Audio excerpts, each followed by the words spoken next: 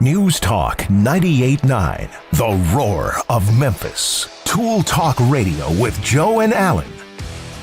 Welcome to Tool Talk Radio, everybody. I'm Joe Thorderson with Thor's Hammer, Carpentry and Wood Turning. I'm Allan Gilbreth, darkoakmedia.com. And I'm Maximilian, and I want to wish a very happy 250th birthday to the U.S. Army. There you go. Can't argue with that, Max. And Is today exactly today? June 14th, back in 1775. There we go. Okay. And I'd like to propose a challenge or ask a listener participation today. For you men and women who are in uniform or were in uniform, what is the most interesting, spontaneous construction that you've had to do on the field or off the field? Well, that's a good point, because it's not just learning tactics with weapons and everything. You gotta do everything yourself. There's a lot of engineering. There's a lot of construction and engineering. So, all right, cool. Well, happy birthday to the U.S. Army. Awesome. I don't know why I thought it was tomorrow, Max, but that's cool. So that's Father's Day. Okay. Oh yeah, I forgot about that. Hey, well, in honor of Father's Day, that's true. Hey, so in honor of Father's Day, you guys, for great moments in building history, instead of one particular construction, we're gonna do sort of a listener participation, and we have some on our list, but we want constructions that are memorable that maybe you did with your father, or maybe maybe you did with your own kids or something. So if you're a father, or if you did a project with your father and it was interesting, it could be it could be a birdhouse. We don't care. It could be, a whole room addition, whatever it is. If it's interesting, get in touch with us and let us know what it is. And Allan's got one that it just goes to show your family's weird, Allan. I mean, you texted me. You're like, oh, yeah, my dad and I used to build these, da-da-da-da-da. And Yep. Raised by wolves. And I don't doubt that you're telling the truth either. So, well, Allan, the show this week's going to be about 5 hours long, I believe, because I'm looking at our show notes today, and I guess I just have to pick and choose. There's literally probably a month's worth of material. Just throw a dart at a topic, and we'll dive in. All right. Well, how about this? We missed your week in review last week because we had a nice chat with our buddy Jay Hill with Big M Roofing and Remodeling. So we have a backlog of Allan's activities, and they were wide-ranging. I mean, they encompass critter wars, they encompass the latest technology, they encompass outdoor activities, so that's going to be good. I'm pretty excited. I have I got rid of some troublesome trees at my house finally, and these things, I'm telling you, we had one tree that was leaning towards our house, and I'm telling you, man, even just in the last month, I feel like it tilted 2 or 3 more degrees because I guess of all the rain, But anyway, so Allan, we got rid of those, and I was telling Max about it, and he had sort of an interesting idea about sawdust that we're going to share because so this is going to be one of these thought experiments from the mind of Max. Leave it to me, I guess, to get philosophical about sawdust. Yeah, never fails. So also better known as man glitter. Right. Yeah. Okay. And also, let's see, what else? Oh, I've got an on-air confession for myself that, I notice I'm the only one that ever does these on-air confessions. I never hear Max or you doing it. I'm not sure if it's due to a lack of humility or a lack of error. Oh, okay. Well, there you go. I think you just answered both, Max. Lack of error. Okay. And by the way, the Cubs are still in first place by a wide margin. This is the year, Allan. That's okay. That's all right. It's all right. Okay. It's the Cubs soup. You get 3 really good servings, then you choke. Yeah. Okay. Speaking of lacking of error, there's a lot here, folks. I'm not going to tease everything because there's too much. So, but before we get to any of those things, let's get to our must-have item of the week. Now, I posted this on our Facebook page, so if you check it out, you'll see what I'm holding up, and it's very small. But Allan, this is an interesting item I've got here. So what do we got here? That is a self-sealing or self-bonding tape. Yeah, it is a repair tape. Now, this particular one is heat resistant. It's the heat resistant self-fusing tape, and so basically, in this one, when they say heat resistant, they're saying up to 500 degrees. So yes. Now I gotta admit, I'm very new to using this. I think I used it once to fix I don't even remember what I fixed with it and forgot about it. But this is so interesting because when you pull it out of so folks, what it is it's you might have seen the tape where there's a little plastic layer that you peel off Right. before, I know there's some of these heavy duty tapes that have that same feature, or two-sided tape has that, But the interesting thing about this is you peel it off, and what you have when you touch it, it feels like, okay, there's nothing sticky about it at all. Like it literally feels like you have this flexible piece of plastic or silicone. The older I've gotten, the more I've come to the conclusion that tape is not always about its adhesive power. Oh, well, stand by, man. You're going to get a whole chemistry lesson from Allan on this. But Allan, so you take this off. Now, here's the reason I bought this tape.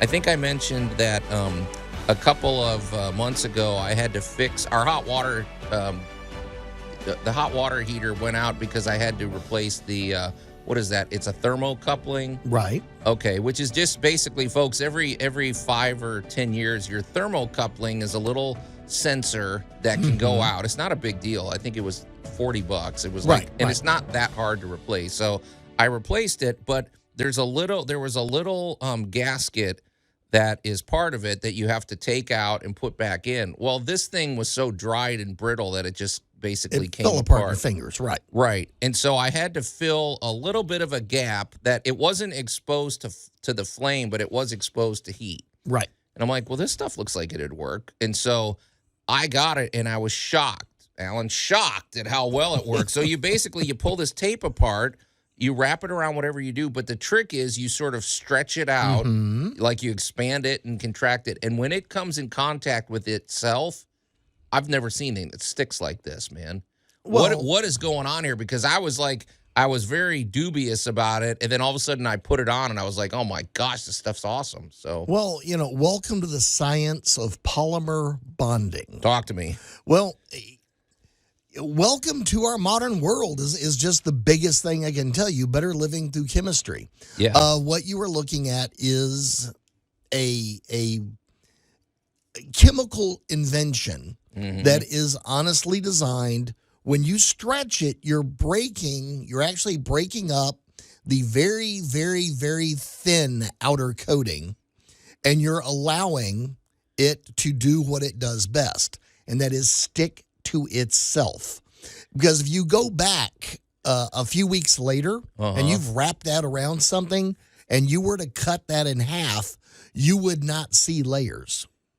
Oh, really? It has continued to bond that tightly. Is it fair to call it curing? Or it is curing. It is curing, but it is also a bonding process. So it's kind of like the old days of when you left the tape on something too long. Now the tape won't come off. Now you're using it to your advantage. Well, now we're taking that exact same idea and going, if this stuff would hold on to itself, this would be amazing. So welcome to a lot of modern chemistry, but you are looking at the ability of something to bond and hold itself.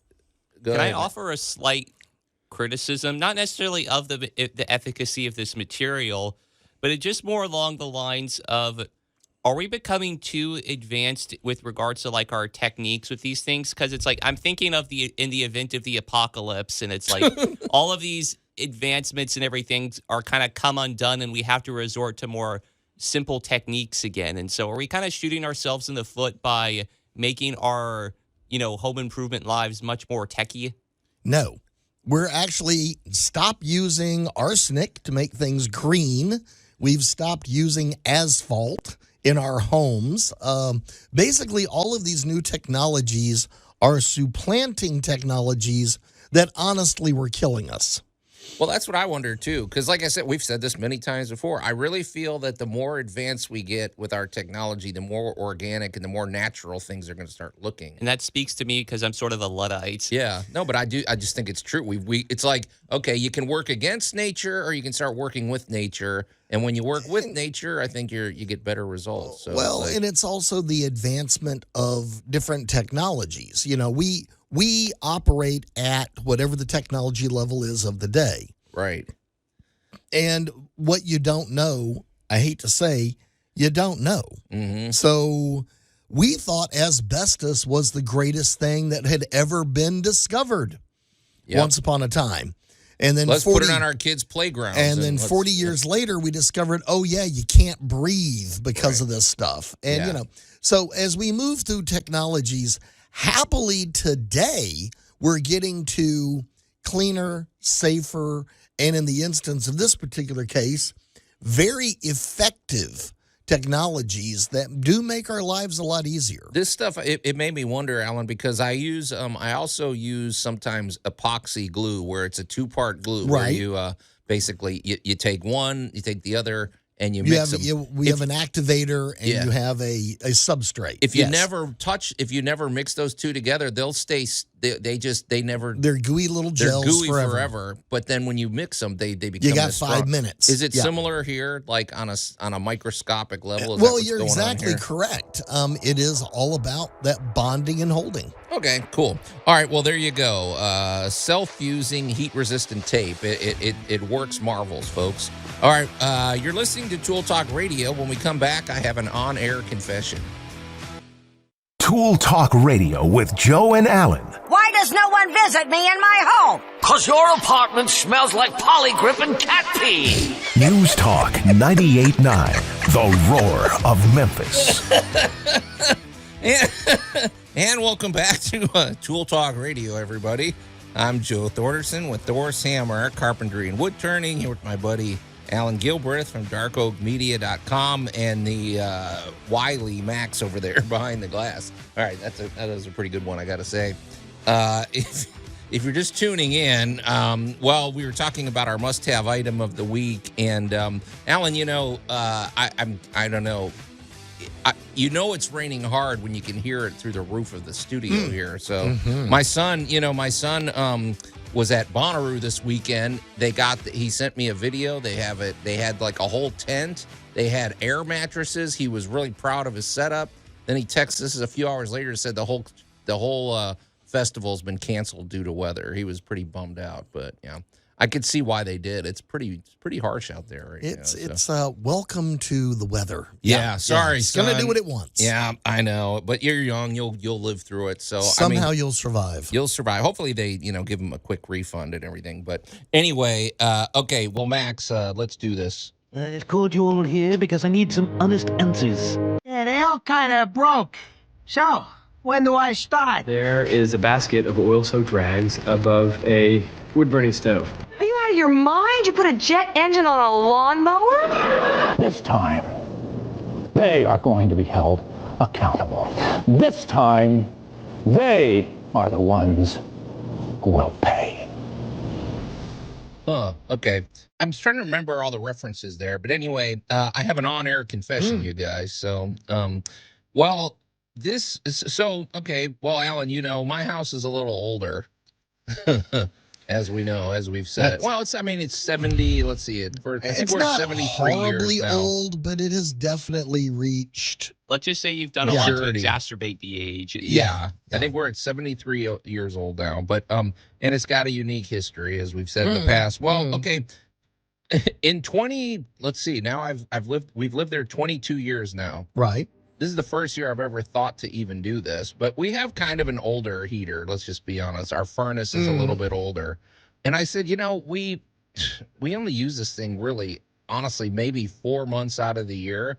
And it never occurred to me to just shut the whole thing off during the warm weather. Like turn the pilot light off, just turn everything off. Well, that's what I did I think I did this back at the end of March or whatever it was.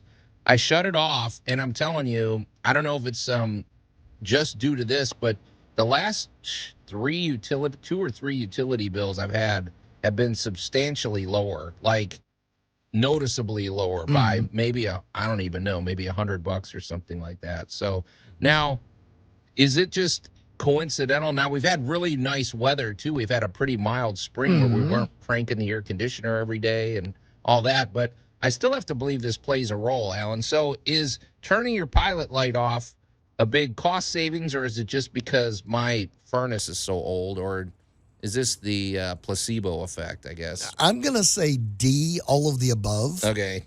Because, one, you have thank you, Mr. J. Hill. You have a lovely, wonderful new roof. Well, my roof runs smooth. And- It runs and- cool. It runs. Well, it breathes. So, you yeah. went from a 3-tab era house, built cottage style, to a full architectural roof. Right. Yep. Big difference there.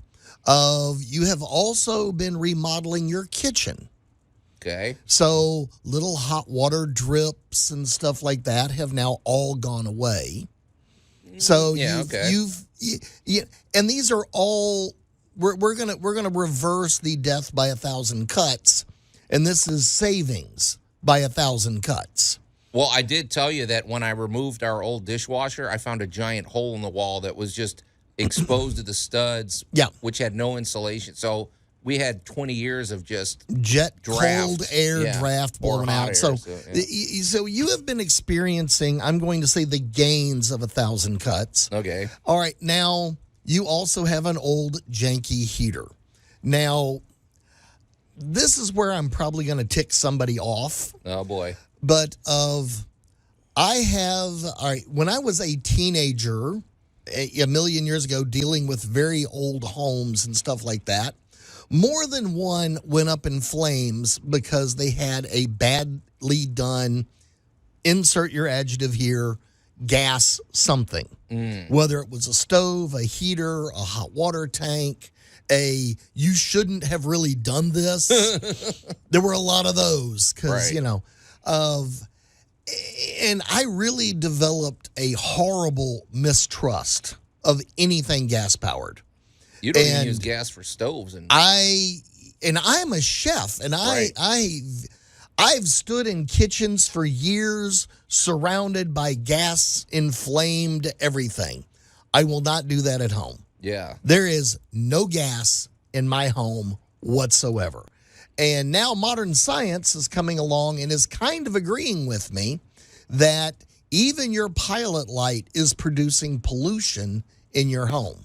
It makes sense. I mean, you walk into It's burning. Yeah. You're burn. And it's the common sense is you're burning something. Did you have something, Max? Now, what's the difference between a pilot light and what regulates like hot water? Because it's like when you shut off the pilot light, does that also mean that you're not giving yourself like hot water for showers or for cleaning? Okay, well, it depends on where you have a pilot light, but yes, your hot water tank has a pilot light, and as it cycles through, it has a thermocouple that lets it know turn on the gas or turn off the gas, so you're not constantly boiling water in the hot water tank. The problem with our modern hot water tanks, and this is a minimal problem in the Mid-South, but if you're from where I'm from out in Texas, the buildup of iron, minerals, calcium, and that kind of stuff diminishes the effectiveness of your hot water tank fairly quickly. We had that in Chicago, too. In Memphis, Yeah. We have my great water goodness, here, people, luckily. you have no idea how blessed you are. Yeah. We have fabulous water that does not kill your appliances. Right. You get it in some other areas where the water's not so good, it'll beat them up pretty fast. So, yes, you do have a pilot light in the hot water tank. You do have a regulator. You have controls that turn it on and off. Now, what Joe's talking about over here is actually in the furnace. So the furnace has got a little pilot light that does use X amount of gas.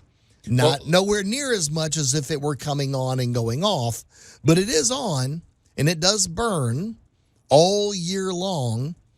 And this is why... Well, hey, let me say something about that because, Okay. Max, this is the thing. So, the pilot light in our hot water tank, which is a much newer thing. I mean, it's probably only about 8 years old. It's a more modern thing.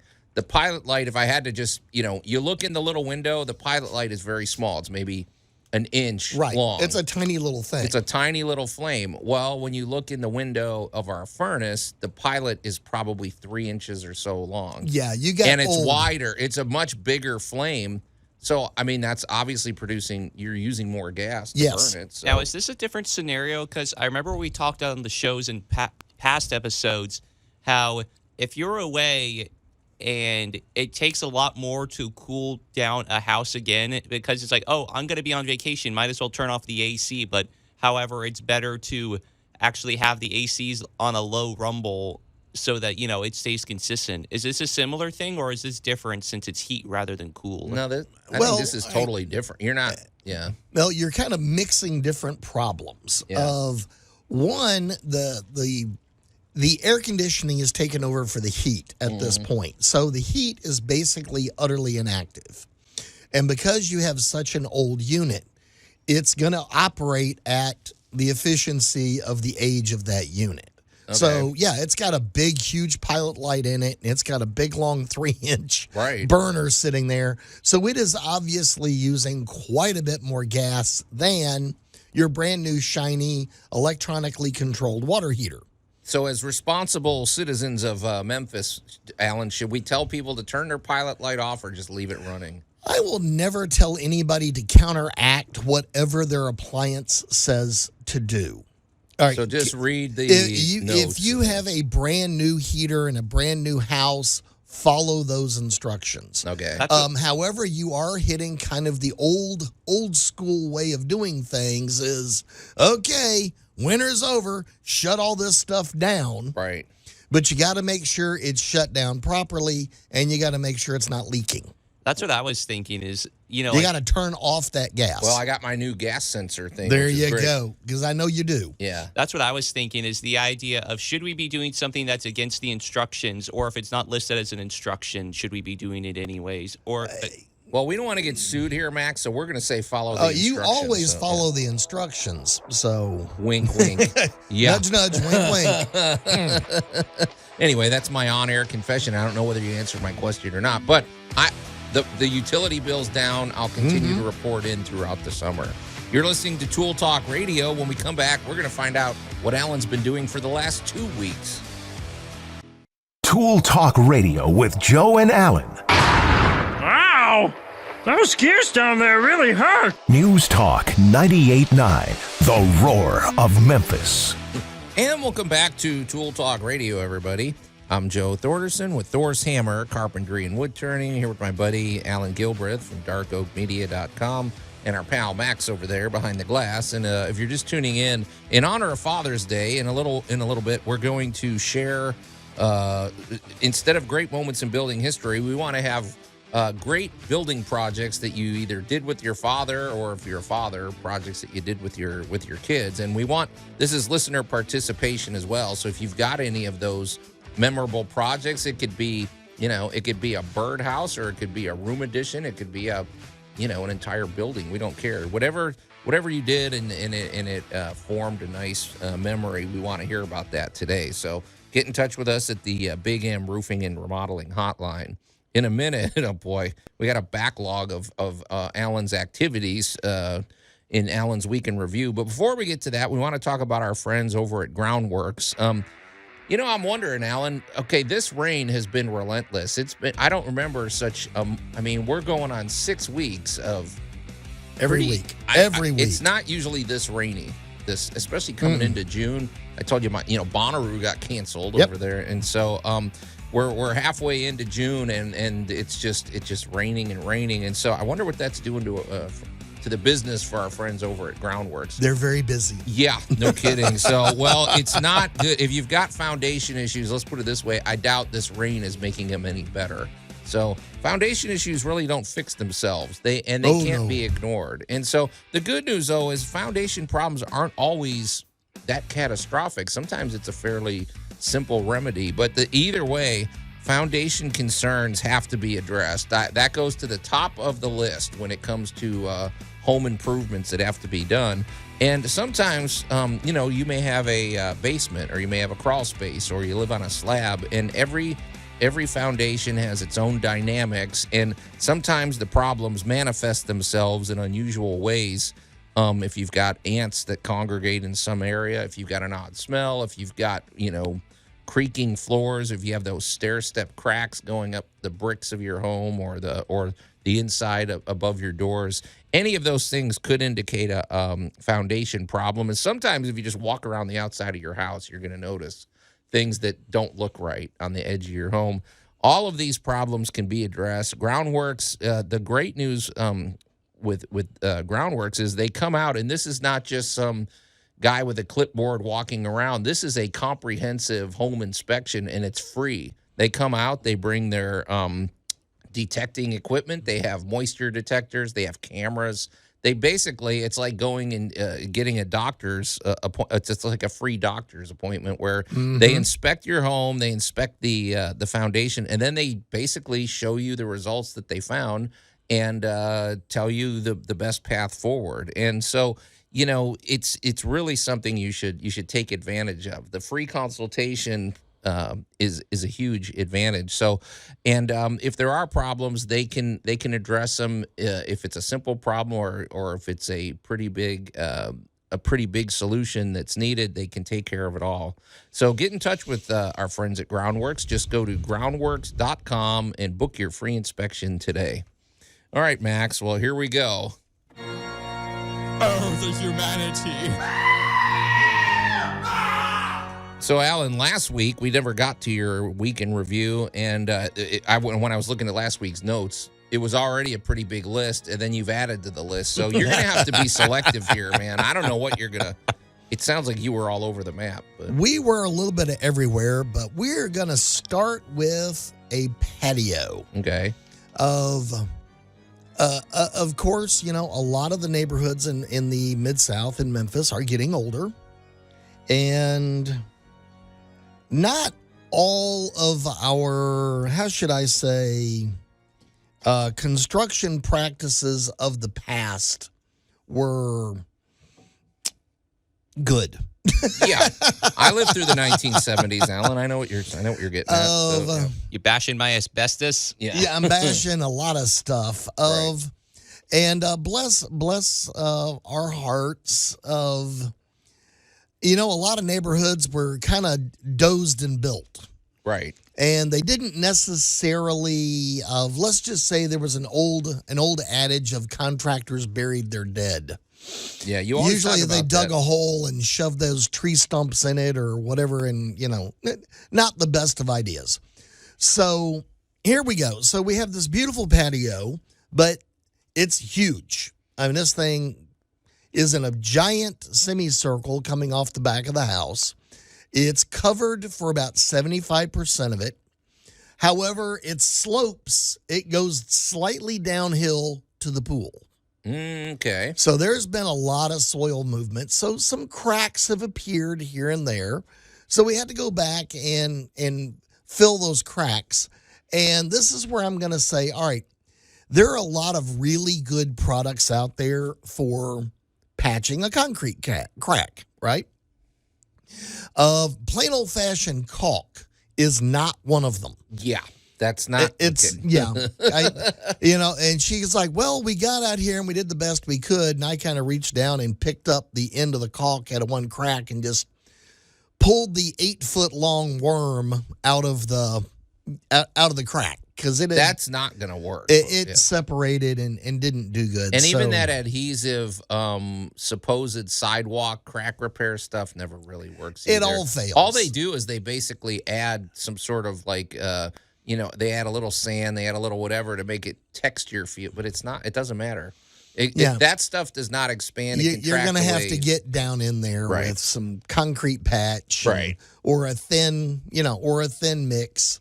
To get in there and repair this stuff. So we did that first. And then, of course, there's 30 years of, we've been by the pool. So we've been leaf stained, growing some algae here and there. And the one thing that really surprised everybody was how etched the concrete really was. Okay, what do you mean by that? What I mean by that is, that algae growing on it, well, it's also growing into it. There you go. Just a little bit. It is actually using it as a growing substrate, and it will leave behind permanent stains. So there's been quite a bit of scrubbing, bleaching, going back over it with a mild acid, which is called etching, and basically preparing the concrete for stain. And I will say this for the young lady that waited on me at big box store and went, no, you really need to try this. This is what we think really works good now. And I'd never used this one particular brand before. Gotta say, layer number 1, I was not happy. Oh, yeah. Yeah, we're rolling this on, and I'm going, I am not getting the results I expected. But she told me it's going to take here's your 2 gallons of this. It's going to take all of it, and it's going to take 3 or 4 coats. Right. So by the end of coat number 2, I was more happy. You're like, less okay. unhappy was probably the right word. Yeah. By the end of coat number 3, now keep in mind, we're doing this with rollers. So when I say, now we're coating probably a 500 square foot area. This is not a small area. Yeah. And it's only taken 10, 15 minutes with rollers. Well, rolling it's it not would that, be fast. Yeah, it's not that big a deal. So I can't really complain about the time, but I will give them this. By the end of the 3rd coat, which is exactly what she had predicted, now I'm happy. It's starting to look the way I want. I've got the color density that I want. And I've got just a little left over just in case there's a spot or 2 that doesn't make me happy. There you go. So it just had to have a little faith. And again, read the instructions, follow the instructions. And we finally got a good looking patio out of it. And it's going to look good for another 5-10 years. Yeah. So, and for this particular client, they will probably sell the house in that time period. So they'll have a nice looking patio going down to the pool to be a nice feature. So, but there's a lot of wood stains and polyurethanes that are the same way. You put them on, and you're like, this looks awful, but it's like you got to keep going. You need that second just or third. Do the instructions. Have a little faith. Yeah. You'll get there. You'll get there. What you got, Max? Are there any where you don't require that many coats that work just as well? That might be more efficient, you could say. Well, all right. I'm not going to say work just as well. I'm going to say works as well as it's supposed to. Because you can go in, you can even paint concrete if you want. You can go in with something thicker. You can go in with all different kinds of floors. You can even go in with poly and epoxy coatings, depending upon what you want. What we wanted in this particular case was whoever installed this patio 40, 50 years ago went to a lot of effort to put these beautiful textured tiles in place. Right. And we still wanted to see that texture and that stone look. But what we didn't want to see was the fact that it looked old and worn and 50 years old. So we just decided, the client and I sat down and went, so what we're really looking for is a nice, light, not heavy stain, but we're looking for the texture to come through. And it just took a little bit because I was using a product thinner than I was used to. So coat number 1, got to tell you, wasn't a fan. Coat number 2, I felt a lot better. Coat number 3, which is what I was told it was going to take, I was very happy with the product. You were a believer. Okay. I started going, I feel better about this. I feel good about what I'm leaving with my client. Okay. Well, Allan, you did a lot more than this, too. So when we come back, and like I said, we'll probably have to pick and choose, but we're going to find out more about what Allan did this week on Tool Talk Radio. Tool Talk Radio with Joe and Allan. I assure you, Lord Vader, my men are working as fast as they can. Perhaps I can find new ways to motivate them. News Talk 98.9. The Roar of Memphis. Best dad to salute on Father's Day. Yeah, I mean, he was a father, Allan. And we'll come back to Tool Talk Radio, everybody. I'm Joe Thorderson with Thor's Hammer, Carpentry and Wood Turning, here with my buddy Allan Gilbreth from darkoakmedia.com and our pal Max over there behind the glass. And if you're just tuning in, first of all, happy 250th birthday to the U.S. Army. That's pretty cool that it lands today. My whole challenge to the men and women in uniform still stands about the best spontaneous construction they've had to make on and off the battlefield. Yeah, I would love to hear that. Like if you had to pull up somewhere and you got to construct a Build a bridge or do some kind of covering for your platoon or whatever. I would love to know, because you got to do it all when you're in the military. So also in honor of Father's Day, what we're doing, instead of great moments in building history, we're doing a sort of listener participation, and then we're going to participate as well. We want to hear from you about really cool projects you might have built with your father, or if you're a father, maybe some cool projects you built with your kids. And it could be, is like we said, it could be a little small project. You maybe the Pinewood Derby little car that you made in Cub Scouts, or it could be a room addition, or it could be whatever. One of our listeners, Jack, sent in a picture too, right? Something he built with his daughter. Yes. All right, so we'll, Jack, put a pin in that. When we get to that segment, we're going to throw that into the conversation as well. So, but if you have anything like that, send it to the Big M Roofing and Remodeling Hotline, 901-683-0989. Well, we're in the middle of we have a backlog because Allan has 2 weeks worth of activities he's done for Allan's Week in Review. We can't get to all of them. There's no way, Allan. This whole show would turn into Allan Talk Radio. But anyway, we've got. You were telling us about some deck stain that you use. You were kind of dubious at first, and then you became a fan after about 3 coats. But what else did you do? Well, last couple of weeks, as we worked with this patio, and I'm going to say the biggest thing about this patio was the prep. Okay. We got out there. We're talking concrete. We're talking concrete patio, and we swept it very thoroughly. We went over it and made sure it was nice and clean, and then we broke out the leaf blower. Okay. And went back over it again, and it was kind of surprising. It was my assistant was very insistent that the broom had gotten everything. And then she was very, wow, look at the amount of junk that still managed to get up and blow off of there. So getting it really good and clean was a very, very important step of this.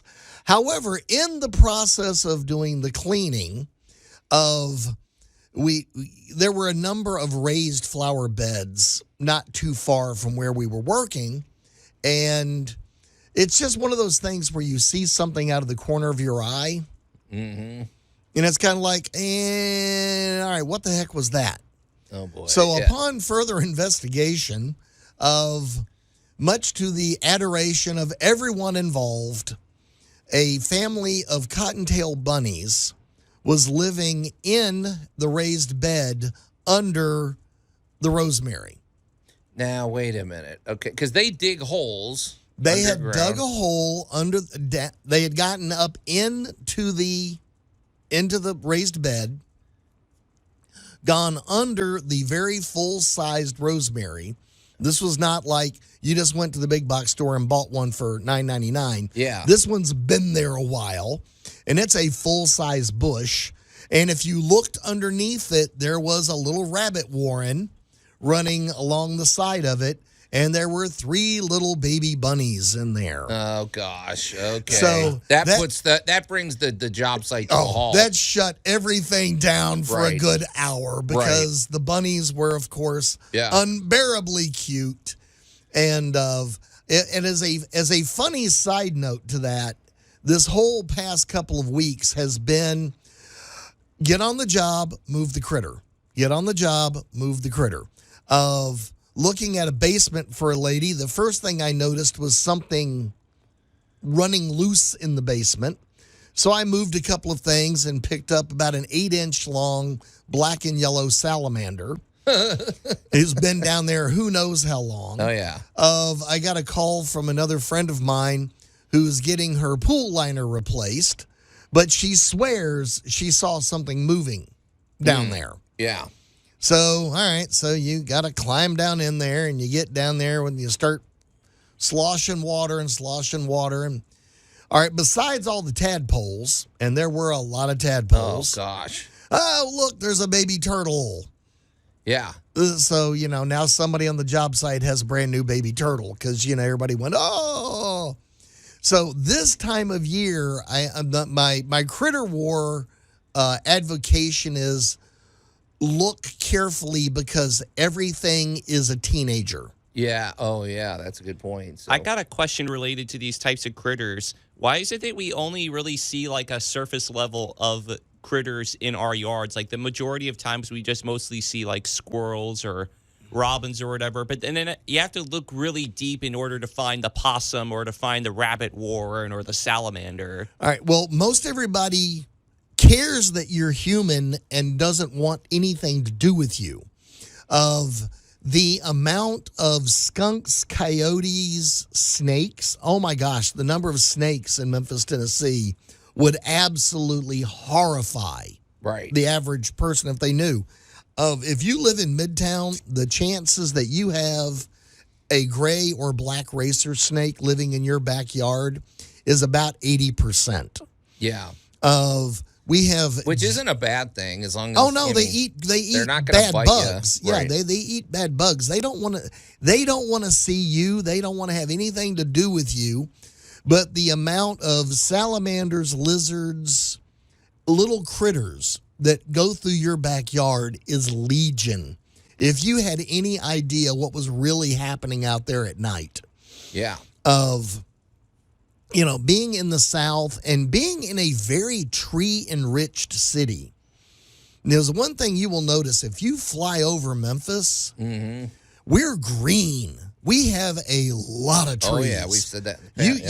You fly over other cities, and you see houses. You see roofs, and you see trees every so often. Memphis, it looks like you're flying into indoor. There's just trees everywhere. So we have a lot of critters, but happily, they don't want anything to do with us. They got a pretty decent detente with us, unlike the squirrels. Well, squirrels just don't care. Alan, you say this, though, but this, like we said, this has been an unusually wet spring and now going into the early summer. Okay, well, we have rabbits. They live underground. I have to believe they get flooded out. There's a lot of ants. They're getting washed out. So, they're moving in with us. So I have to believe this rain disrupts the normal lifestyle of these critters. So now they're encroaching on each other, and they're encroaching on us, and they're maybe drowning. So the point, a friend of mine sent me a picture where it had rained so much in their backyard, toads had come in through the doggy door. That's what I'm saying. And we're sitting there looking out the window waiting on it to quit raining. That is hilarious. Well, that's what I mean. It's like there's a cumulative effect here. It's not just that the lawn's getting wet. It means there's all these other byproducts of this, including what the critters are doing out there. So I guess I'm just thinking this is going to be a strange summer. Or at least it's starting off that way. It's getting rolling pretty good, I tell you. If it stays this rainy, it's going to be a weird one out there. So, but okay. Well, I mean, it might take us a couple weeks to get caught up on some. We didn't even get to your tile installation so or just do nothing any of for the the lighting. Next few weeks. Yeah, no kidding, man. Yeah, take a 2-week vacation. Yeah, well, I got more good stuff coming next week, but yeah, we got a lot going on. But I just had to throw in the critter warning that everything's a teenager. So if you're doing a lot of work, you're gonna run into them. Okay. Well, this first hour of Tool Talk Radio has been washed away. It's over. But stay tuned, folks. We have a whole other hour coming up, and including we're going to explore the mind of Max regarding a question about sawdust.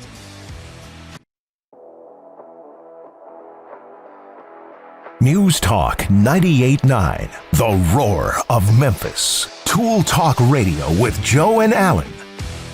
And welcome back to Tool Talk Radio, everybody. I'm Joe Thorderson with Thor's Hammer, Carpentry and Wood Turning, here with my buddy Allan Gilbreth from darkoakmedia.com and our pal Max over there behind the glass. And it's a good day to get in touch with us at the Big M Roofing and Remodeling Hotline, especially if you were a member of the military, especially, in particular, happy 250th birthday to the U.S. Army.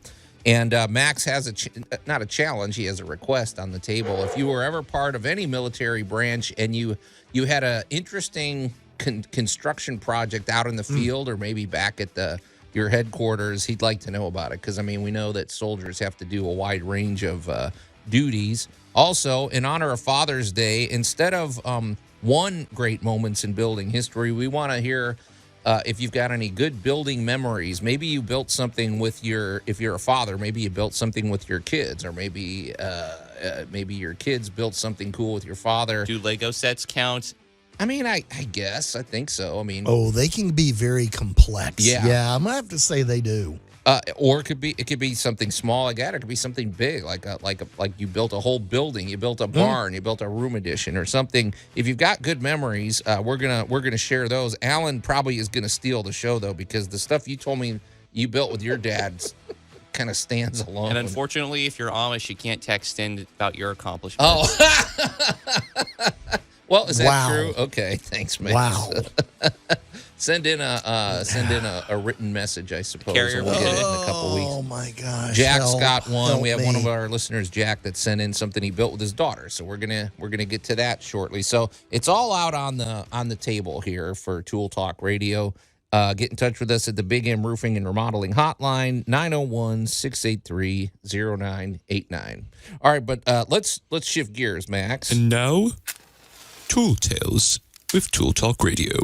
Well, it's funny. This is, I think as a homeowner, this might be the first time I've ever done this, you guys. But we bit the bullet and we found a really good tree guy. Actually, full disclosure, this tree guy was working at our neighbor's house because she had a tree that fell onto Park Avenue. It was just, blocking traffic. It was one of those you don't have a choice. It's got to go. So.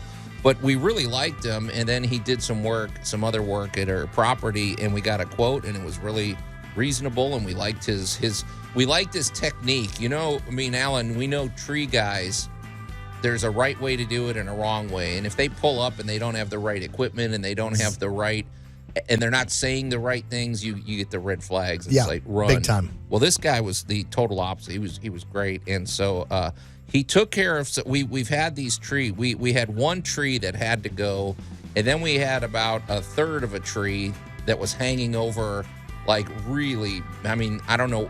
It probably weighed as much as a car, and it was hanging over our house, and we were just counting the days. These are pecan trees, and we're told that a pecan tree's lifespan is maybe 20 or 25 years. These had to be 40-something-year-old trees. I don't know. They last a lot longer than that, but I know what branch you're talking about, Yeah. and it needed to go. And that tree had woodpecker holes everywhere. And you told us that if you have woodpeckers, that's a sign that maybe your tree's not healthy because it's got critters living underneath. Well, so they came down, and I was really happy that he did everything correctly because there's this technique for this. The limbs came down exactly where he said. He was efficient. Him and his team. It took about a day and a half, and then they have a tree remove. What do you call it? The cherry picker that takes it all away. And we even donated some. Of the pecan wood to a local barbecue guy because they love that pecan wood. I guess it's a particular it flavor does a that it good gives job. And does. He took a lot of stuff, and we kept a few stumps for ourselves to make as a memento to make some nice little things. And one of the things is we have a neighbor that we referred him to, and if you refer this guy, he cuts a free limb off your tree. So we got a front tree trimming as well out of this. So it was an overall great experience. I love this tree guy. I can't say his name because he's not a sponsor of the show. But anyway, but Max, you know a guy. Well, I now know a guy. But Max, what was interesting is I just sort of casually commented to you. I said, "Yeah, there's we got the trees gone. We have a little layer of sawdust here on the ground." And for some reason, that comment, you never know it's going to captivate Max's Trigger the weirdo mind. next to me over here. But what? So this started a whole philosophical conversation about sawdust. But no, go ahead. okay. Well, my major query was the idea of, if you think about it, sawdust is a largely man-made product in that, it wouldn't have been produced in the same level in nature if we didn't intervene by, cutting it and building that waste material. Because the only few instances I can think of in nature are like termites or if lightning strikes a tree, but not to the same coarseness or extent as we humans. And so what have we produced in nature and everything that has permanently changed the way that nature operates? Well, I was also thinking, what is sawdust? Because I know, Allan, you're gonna debate with me on this. I said sawdust. I'm making the distinction between sawdust or like splinters or wood Right, chips. okay. I'm talking specifically that fine dust that you get when you're sawing. Right. And I'm like, okay, I don't think nature produces sawdust in near the volume we produce it. And how has that changed society? And how have we harnessed sawdust? You know? Oh, now there's the question. Right. That's what I was 'Cause mostly the curious about. 1970s. There's the question. That's what I was mostly thinking about, is how to effectively reuse your waste material. Right. Allan the farmer. Well, sorry, one more little factor, because I know you're going to want to. I if he doesn't throw a food reference in here, he's not doing his job. I was picturing you have a block of cheese. There's a different dynamic between a block of cheese and when you shred it up. Oh, yeah. And so I'm thinking, okay, a block of wood is different than when you shred it up into sawdust. So, okay. But we got all thinking about sawdust here. Well, let's talk about sawdust. Okay, you asked, did it change nature? Absolutely not. It has changed nothing. Of what sawdust, however, does is create more surface area for nature to get hold of. What does that mean? Well, that means oxidation and let's say like you got a 5-gallon bucket. If you leave it in the garage, you got a 5-gallon bucket for the next 10 years. If you take that same 5-gallon bucket and leave it in the sunshine, it's gonna the UV radiation of the sun is going to wipe out the color, and then it's gonna make the plastic brittle, and then it's gonna fall apart in fairly rapid order. Because you're basically letting the forces of nature, which is designed to break things down, ready to go. So what we've done, instead of dropping, all right, so we just had a huge rainstorm. So somewhere in this city, somebody's tree fell over. Yeah. When the tree falls over, the roots are damaged, the tree is going to die. So the disassembly process has begun. But it's only going to work where nature can get hold of it, where oxygen can get to it, where critters can get to it. Sawdust makes a dramatic amount of surface area for something to work on. Well, I got you. Okay, now instead of just you have a log and you have the outside exposed area, the inside's protected. Now you've shredded that, everything's exposed. Everything's exposed. Okay. So, does sawdust work in the garden? Yes, sawdust will work fine in the garden. Why? Because we love mulch and things breaking down and releasing their nutrients back into the universe. Do we use sawdust in agriculture? Absolutely. Again, it's just a natural product. We put it back into the soil. The bacteria, the molds, and especially the mushrooms love wood material. Do we use sawdust in construction? Absolutely. We have all types of products that are made of, especially epoxied and compressed sawdust. Yeah, exactly. So we have tons of different uses. Although those are more glue. Those are more about the glue. I can't say I'm a fan. But we still have the products. But now one of the new ones is we now have pellet cookers.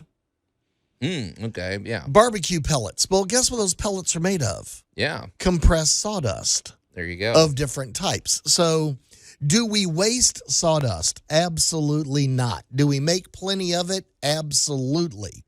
Does it have uses? Should you worry about a little sawdust getting in your yard? Absolutely not. So, what did you have, Max? Well, I was just going to say, this also brings up another thing. It's like, if this is the way that we use waste materials such as sawdust, what are some other, this brings up a better question of how could we reuse our waste more effectively so that we're going through like a proper cycle.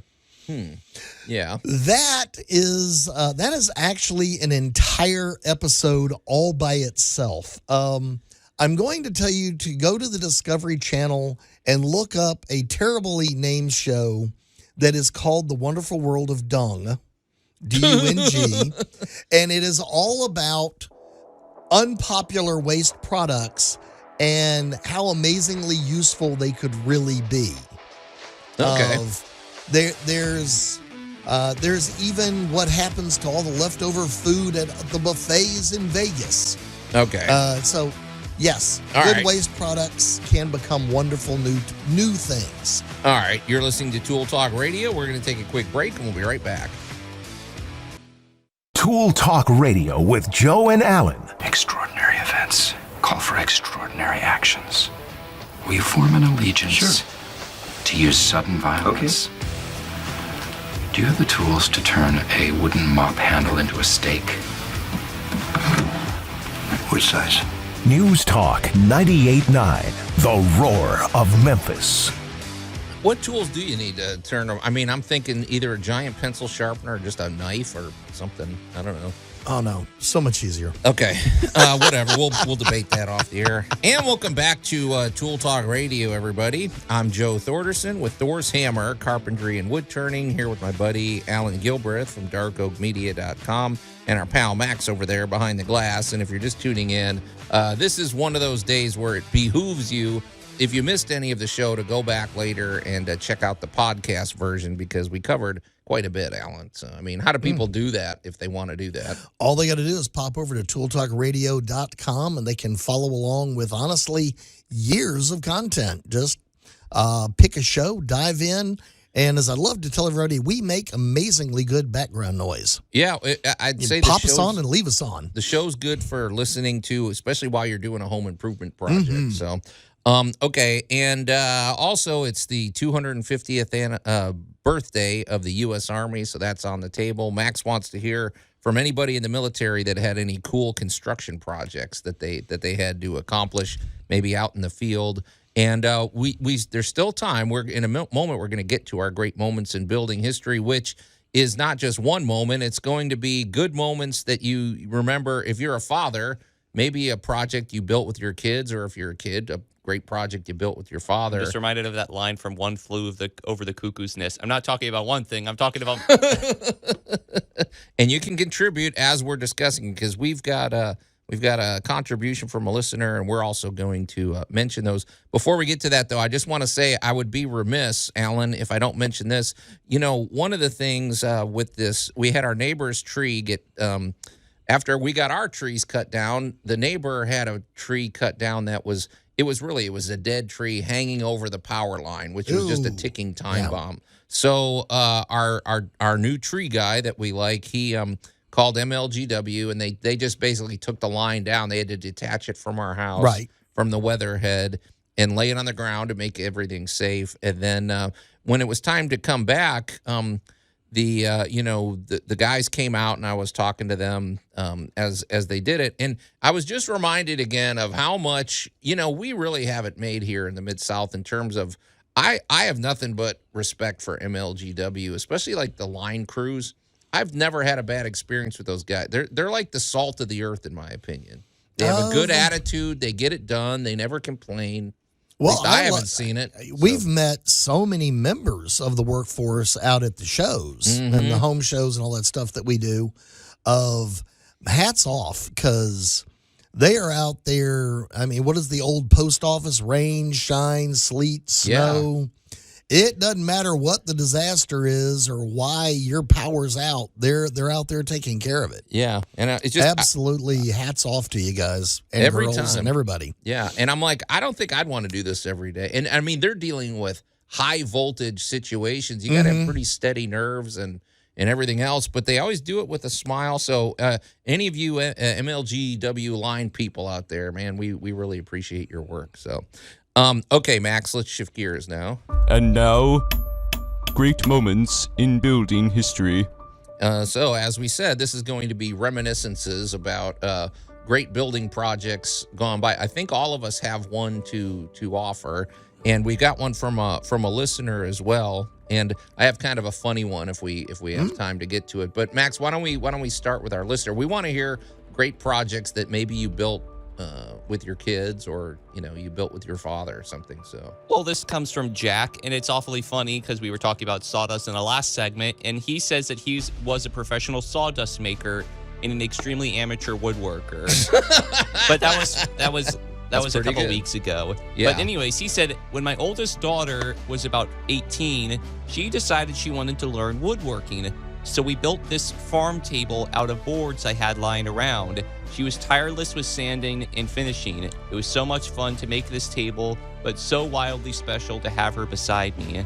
That's cool. Now, it's interesting. And he sent photos. Okay, A so photo. we need to try to post that at the break or something. But, Alan, it's funny. I've noticed that a lot of younger ladies are really getting interested in the industrial arts, which is super cool. So that's about half of my existence these days. Yeah. There's something about just building something or getting something done, and there is an amazing number of young ladies, women that own their own houses or have property, and they don't want to be reliant on somebody else for this stuff. They're getting out there and knocking it out. Yeah. I would say this too, Jack. It's cool that you looked at this experience that way, because I've got kids, and sometimes they even help me on the job site. Like my son Jeremy and my daughter Michaela. Sometimes they'll come out and I'm teaching them carpentry, but it's a very important man. I'm sorry, I hate to say it, but I've seen these perfectionist dads, or I've seen the nitpicky dads that are whatever. You have an opportunity to either bond with your kids and actually maybe they get to learn some things, or drive them away and they'll never want to pick up a hammer again. So I'm glad that Jack had a successful experience. I enjoy it. I like working with my kids. So. I'm reminded of that quote from that recent Terminator show, Terminator Zero, where they were talking about his son Kenta was disassembling like a microwave and making it into something else, and he's like, a lot of people don't know how things work, and that's knowledge is power. You got that right, man. Max, you were talking about when the grid goes down. When the grid goes down and the apocalypse is here, go find yourself a carpenter or an electrician or somebody, and us handy people suddenly will be very valuable. Yes. Yeah. Now, Alan, your thing needs to go last because it's pretty epic. But Max, did you have any kind of a memory of something maybe you and your father did, or? Well, it shows the idea of minimal intervention, but a father being ever present in the case that they were needed. Okay. So I was repairing the window on my old Jeep because the motor wasn't working, or the mechanism wasn't working. And so, I would ask my dad, for minimal advice and everything, how do I use this proper tool or this ratchet or whatever. And then I did it mostly by myself, but he was there to kind of guide me and just be an ever-present influence in case I needed them. And when I was telling them, shouting out, from across the lawn and hey, look at this. And then I showed the motor going up, the window going up and down because the motor had been fixed. He told me that there was a look on my face that he hadn't seen ever since I was a kid, this sense of unbridled, pride and accomplishment in my work. And kind of for context is when I was pulling out a stuffed dog from a claw machine, and there was a certain pride Wait a that I minute, had you on my better face. explain that. So how does that connect? I was inside of a Schnucks or whatever, and there was a claw machine. I remember Schnucks. Yeah. And my dad was at checkout, and he's like, "Here, can I have a?" I was saying, "Hey, can I have $1 for the claw machine?" He's like, "Sure." Didn't really think much of it. I came back with this look on my face, this sense of accomplishment that, look, I got the stuffed dog out of the claw machine. And so he saw that's that pretty similar, good. That's some talent. For $1, that's he saw that similar look of accomplishment and pride in my adult face that he did in my childhood face. That's a good lesson too, Max, because if you work with somebody, if you work with your kids, there might be a sense of control. You get the control freak dad, I gotta oversee everything, and you gotta sometimes just let them run with it themselves. And that's true. So you felt better. You sense that you accomplished this on your own too. I think as a father gets older, I can't speak from personal experience because I'm not a dad, but I feel like the idea of just that being that constant presence is what's more important than I think you have to let your children make their own mistakes because it's more meaningful to them because they learn it on their own because the dads learn it on their own too. Well, there you go. So, yeah, and I mean, Max, I got news for you. Dads are just figuring it out on their own too. We think that some of these fathers, we think they're all-knowing and whatever. We're out there just winging it too. Again, quoting another cartoon, there's this episode of Adventure Time where there's this dad who's that's all part of growing up. And the thing is you never really stop growing. Yeah, no, it's true. So, all right, those are actually pretty interesting experiences, Max. So, I've got a couple, but no, I've got one because we don't want to eat up the show. So, I've got one. There's still time for you, listeners. If you've got a memory like this, get in touch with us. You can even send in pictures at the Big M Roofing and Remodeling Hotline, 901-683-0989. But I have a feeling Allan's is going to steal the show. And so we want to give him his proper build up for that. But anyway, you're listening to Tool Talk Radio, and it's a pretty exciting weekend. It was 250th birthday of the U.S. Army, and we've got Father's Day weekend. And we hope you bought your father a good gift. I mean, maybe you bought him a tool or something. So, but anyway, we're going to take a quick break, and we'll be right back. Tool Talk Radio with Joe and Allan. My son is several weeks old. He's quite familiar with the sound of power tools. News Talk 98.9, the roar of Memphis. Pretty good, Max. And welcome back to Tool Talk Radio, everybody. I'm Joe Thorderson with Thor's Hammer, Carpentry and Wood Turning, here with my buddy Allan Gilbreth from darkoakmedia.com and our pal Max over there behind the glass. And if you're just tuning in, there's no time to recap everything. It's too much. Just go back and listen to the podcast later. However, we are still actively looking for submissions. If you've got, if you're a father or if you're a kid and you did something, you built a project with your father or, built a project with your kids, it could be as big as a house. It could be as small as a birdhouse or something. We want to hear from you before the end of the show because that's what we're talking about now. You can call or text us at 901-683-0989. During the break, I went and checked out the table that Jack built with his 18-year-old daughter. She was interested in getting into woodwork. Jack, hats off, man. It's a good-looking table. I'm going to try to post it at the next break. I was impressed that they had tapered legs, Allan. Looks That's good. not easy. You could just, compromise and just put the chunky... cutting a taper like that it's no easy feat, man. So anyway, we're going to continue that conversation in just a minute. Before we do that, though, we want to talk about our good buddy, Jay Hill with Big M Roofing and Remodeling. And I've stopped trying anymore. I'm just using this again. Just uses old music that he doesn't like. So, but the thing, I wonder what kind of projects Jay did with his kids or with his own father. His son is in the military. I'd be curious what he's done too with, because my challenge for all the men and women in uniform. Yeah, I'd like to hear from him, but I think he's stationed in New Zealand or something, so we probably won't be hearing from him before the end of the show. But in any case, if you've got any, Jay Hill is all about the exterior protection of your home, from gutters to roofing to siding to windows, and all interior and exterior remodeling except kitchens and bathrooms. He wants nothing to do with those, so call somebody else for that. But everything else is fair game. And especially when it comes to roofing, I got to believe Jay, with this rain, has just been, he told us himself, it's been pretty busy. Jay, one of the things that sets Jay apart when it comes to roofing is, for one thing, he's always 5 stars with the Better Business Bureau. He's a GAF Master Elite Installer. And these roofs are so sophisticated and so well engineered that they offer lifetime transferable warranties. These also have to be installed correctly, which is why Jay has the best installers and the best, technical staff on hand with him. And also, one other thing that sets Jay apart is the fact that he's a former insurance agent. And that's really helpful, especially in a situation like this where you may have storm damage to your home, or you may have some situation where the damage is covered by your homeowner's insurance. Well, if that's the case, Jay should be the first person you call, because that is an entire process, and it's very tricky to navigate that process on your own. Jay will come out. It's a free inspection. He's going to look over the damage, and if there's a path forward with the insurance claim, he is the perfect person to help you navigate that process. And as we said, it's a free consultation, and he more or less he's an advocate in your corner.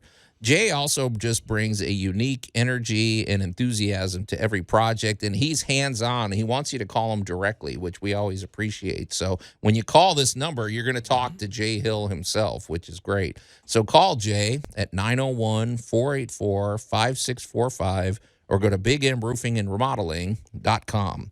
All right, well, we've been sharing stories of, I guess, projects that we built with our fathers, or our fathers built with our kids. And we got a text from Jack, like we said before, and he has like a good project. I want to hear from Deuce. Do we want to hear from Deuce? I do. Deuce, if you're out there, please share your projects that you did with your kids or vice versa. What is his dad like? Or what are Deuce's kids like? Deuce Jr. Deuce Jr. Is that kid, is his name Quad? Or what? Deuce, we know you're out there, and we know you've been up to something. So somebody help me, please. Okay, so I guess I'll share mine, because as we said, Allan's is pretty epic, and it's definitely different. But I'm going to just say one of the memorable things for me. So our first home, Allan, we bought was it was, I guess you definitely would call this a starter home, but it was a little East Memphis home. It was technically a 2-bedroom home. However, what attracted us to it, well, for one thing, what attracted it to us was the price. Right. Think of this. 1995, we bought that house for $55,000. Yeah. Is that ever? Are you ever going to get a home in East Memphis for $55,000 ever again? Yeah, probably not. Probably okay, not. But the thing is, it had an attached carport. It was open, and then behind the carport was this. Basically, it was a workshop, but it was a fairly good size, about 15 by 15. It was a good size room. But the thing that the carport had a brick wall going down the side, and so initially I looked at it and I'm like, okay, if you close the front and if you put windows and close the side, you got yourself. You're almost doubling the size of the house. Just so we saw the potential. It was going to turn into a 3, maybe 4-bedroom home with some work, and so. I did this room addition at a point when my kids were fairly young. They were probably, between the ages of 3 to 7, something like that. And it was a pretty cool experience. The kids really got a lot out of it. And, of course, I was a lot younger and I had more energy back then. And but it was cool showing them some of the, there was one application where I was driving studs into a concrete floor. And you know that nailer thing where it's uses a 22 cartridge? Yeah, it's like it literally is 22 card. You have to put headphones on. So I had a second set of headphones, and I'd let one of the kids come out at a time.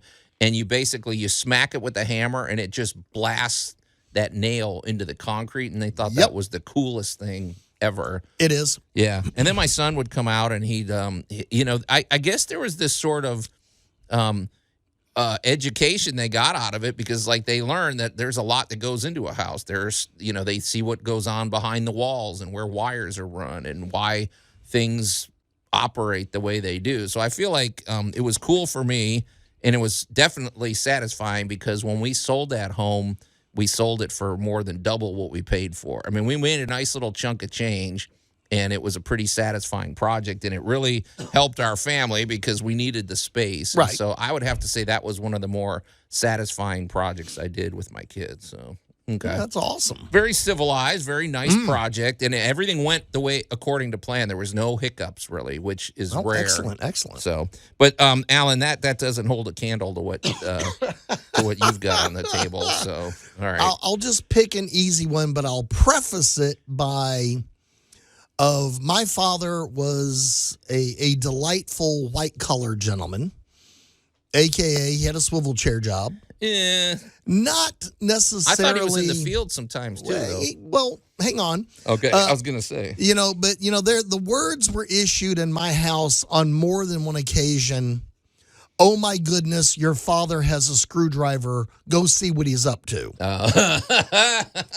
Not necessarily the handiest guy on the planet. Okay. With this huge contradiction. Because my grandfather had been in construction and had been a general manager of a big box hardware store. If you wanted to see my father as a happy man, the greatest gift you could have ever given him would have been a truckload of 2x4s. Wait, so that sounds like a contradiction. You're saying he wasn't super handy? He wasn't, he wasn't. But he wanted to be. Well, it's kind of like being the difference between a finish carpenter and a rough carpenter. Okay, I got you. When it came to the finish stuff, not so much. When it came to let's go be a lowland gorilla and go start tossing 2x4s. Let's start swinging hammers. Let's swing some hammers. Okay. Let's chop some stuff. He was a force to be reckoned with. Okay, gotcha. And he sucked me into a project one time for an animal rehab group that wanted to build a hawk training flight pen. And he was their go-to contractor and he for this. was, it was one of those, a buddy of a buddy that knew a buddy that, So I got roped into this. I take it this facility didn't have much of a budget, right? This is a free labor type thing. Well, it's you never know how these things go when you're the older teenager and you're being roped in by all the old guys. Yeah. But I was kind of there as if no one else, somebody could call 911. Kind of thing. Yeah. And I gotta say, now we did base everything on 8 foot. Well, 2x4s are 8 feet long, so everything got based on that. And of watching us put this together looked like a pile of ants trying to take down a grasshopper. It was a Three Stooges movie. And however, after a little shuffling, it suddenly began to take shape. And, standing in the middle of all this with my dad with the tape measure, pointing and going, do this, do that, do this, do that. And it turns out that in the military, Max, he had been a field supervisor for field assemblies. Okay, there you go. So as a quick tie-in, and it just took a little bit for everybody to settle down and hush up and just listen. And the minute he kind of got it, kind of like the musicians listening to the conductor, this thing started to take shape pretty darn quick. And we built, it was 24 feet wide. It was about 20 feet tall and 40 feet long. Yeah, I was wondering when you were going to get to that point because that to me is the critical. 20 feet tall, 20 with feet 8 foot tall. 2x4s, 3 inexperienced laborers and a bunch. I mean, to me, that sounds like a death trap. But this thing lived for decades. All right, we're gonna conclude the story when we come back here on Tool Talk Radio. Tool Talk Radio with Joe and Allan. But hear me and hear me well. The day will come. Oh, yes. Mark my words. Your day of reckoning is coming when an evil wind will blow through your little play world and wipe that smug smile off your face. And I'll be there in all my glory, watching as it all comes crumbling down. News Talk 98.9, the roar of Memphis. And with 30 seconds left. Happy Father's Day, everyone. And welcome back to Tool Talk Radio, everybody. I'm Joe Thorderson with Thor's Hammer, Carpentry and Wood Turning, here with my buddy Allan Gilbreth from darkoakmedia.com and our pal Max over there behind the glass. And if you're just tuning in, it's been another action-packed episode of Tool Talk Radio. We've been sharing stories of projects that have been, that either you were a father and you made it with your kids, or you were a kid and you built it with your father. And Allan stole the show because he built a bird. Okay, let me make sure it's called a hawk rehabilitation enclosure. It was a flight enclosure. So they could teach them how to fly again. 20 feet tall. Mm-hmm. That's nothing to made out of 8 foot 2x4s. Right. I mean, okay. And 40 feet long, 20 something 24 feet wide. Okay. With a bunch of amateur carpenters. You were a teenager at the time. Yeah, back when you wrote in coal on the back of a shovel. Yeah. So when you had to call 911, there was no.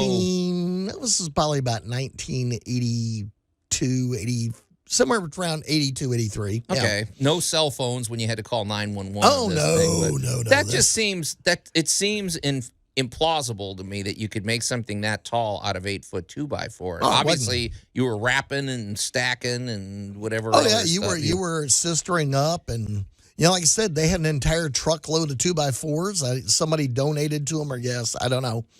My father was just the happiest man you ever saw with that many 2x4s, and up it went. And of course, being the smallest and lightest one on the project, Guess who had to help nail the Corelux roofing 20 feet in the air? Well, I was going to ask about the roof. Was there a roof, or was this thing just enclosed in like chicken wire? Or basically, it was enclosed in a heavy 1-inch gap wire. Yeah. Now, does that tick the Hawks off when they're just constantly getting rained on? Oh, wait, sorry, it's Texas. No. No, this was in Memphis. Memphis. This was in Fayette County, as a matter of fact, and this was there was a Corelux roof over the top of it. So no, they did not get rained on. Okay, good. So it was a lovely place, and that pen. The last time I heard about it from whoever owned that property, that pen lasted 20, 25 years before somebody finally took it down and put something else in that spot. But I'm just sort of stunned because I'm still picturing all the stresses, especially here in Memphis. Okay, so you've got the wind. Just forget it. You got, if nothing else, you got wind. You got a giant 40-foot by 20-something foot sail. That's bad enough. You've got things falling on it. You've got heat. I don't know, man. I don't know how this thing. I wish you had pictures of it. I did. I don't know where they are anymore, but yeah, this thing was absolutely gorgeous. I mean, it sounds pretty epic. So. It was, and the funny thing is, it only took us a couple of days to build it. I mean, once everybody kind of got settled into their groove, it went up amazingly quick. That reminds me of that Great Moments we did a couple weeks ago about the what is it, the Kontiki raft, where it's like. You just have to want to do something, because that project alone should never have happened, and yet it happened, and it was successful. That's going to be my takeaway from this. Whenever you do a project, especially with family or people you're close to, take a deep breath and be chilled and groovy about it. Yeah, because nothing is worse than the psychotic vacation that's overplanned. Right. Yeah. Get up. We got 15 minutes to get to no, just relax. When I used to take my kids to Chicago when they were little, I was guilty of that. I'm like, okay, we're going to the Museum of Science and Industry, then we're going to this, then we're doing that, and then you can wear them out and you don't enjoy it. 4 hours later, you're just dragging bodies with you. So, chill and be groovy. And, it's another thing of if somebody's asking you to do this, just be the helicopter. Just provide the guidance, keep fingers from getting cut off, and that's about it. Let them do it. I'm reminded of this one quote that I kind of came up with myself. It's the idea of calm breeds creativity. And so I'm thinking of when you're on a job site, like with your father or whoever, it might be good to have that level of calm, because you might come up with a solution then and there that you didn't think of when you're prepping back at home. I think you're right, Max, because if you're stressed or if you're that does not breed creativity, and it doesn't breed happiness, that's for sure. So, and working on some of these older homes where, 30 years of stupid might be 80 years of stupid, you really do have to calmly go, all right, what did somebody do? Yeah. And how are we going to make it code and better and safe today? I don't envy the contractors in England or wherever, where rather than 80 years of stupid, it's 800 years of stupid. Yeah. Think of these old structures. All right, let's face it. You didn't do something stupid 800 years ago and it's still here.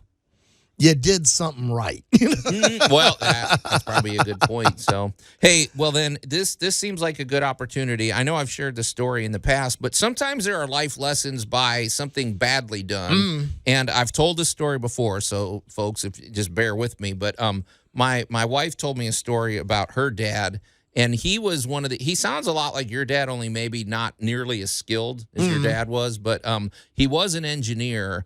And so he understood science and I suppose evaporation and moisture. Let's just put it this way. And so they had a leak in their ceiling, and they had it's a 2-story house with rafters in between. And so we know how that would work, Alan. You open up the sheetrock and there would be a rafter, and he had a leaky pipe, but it was such a minimal leak. It was one of these where you might have a drop of water every 20 minutes, or maybe even less. It was a super minute, and he's like, now they didn't have those shark bite pipe fittings back in those days, so this was going to involve either calling a plumber, which he's not going to do that because Why pay somebody to do something, or come up with or fix it himself, like splice the pipe out, which he didn't really know how to do, or come up with a solution based on his understanding of evaporation and engineering, which was apparently flawed. And so his idea was to put a big spaghetti pot underneath it. It was a pretty big dish. I don't know if it was tall enough to be a spaghetti pot, but he wedged it in there under the pipe, and his thought was that it would, because there's he thought there would be air movement somewhere. So as this water goes in there, it would just evaporate, or even if it collected a little bit over time, it would just evaporate. Right. Well, I guess this was a good 5 or 10 years after he did this. I guess they're eating dinner, and this thing just finally filled up and crashed through the table, splashed everybody. And I know I've told this story before, Alan, but it just occurred to me, what is it like to get splashed with water that's 5 to 10 years old, and what sort of bacteria and what sort of hazmat situation are we at? But it was pretty horrifying. The mother, it's a great story for the family, but I guess at the moment it was pretty traumatizing. It makes a great story. And when that bubble breaks, it is not pleasant. I just wonder what it smelled like. I never thought to ask her what it smelled like. It smelled a lot like death, I assure you. Yeah. So happy Father's Day, everybody. Don't do that. Please don't try to do fix properly, please. Anyway, but that's the story, and I don't know, whatever. But I'm proud to say I've never done anything that haphazard or anything with that blatantly foolish. Yeah. So, but anyway, we hope everybody out there celebrates our 250th anniversary of the Army. Go thank a veteran. That's a good thing to do. And happy Father's Day, everybody. You've been listening to Tool Talk Radio. It's time to get out of here. So, on behalf of my buddy Alan Gilbreth and our pal Max over there behind the glass, I'm Joe Thorderson. Thanks for listening, and we'll see you next week. I am your father.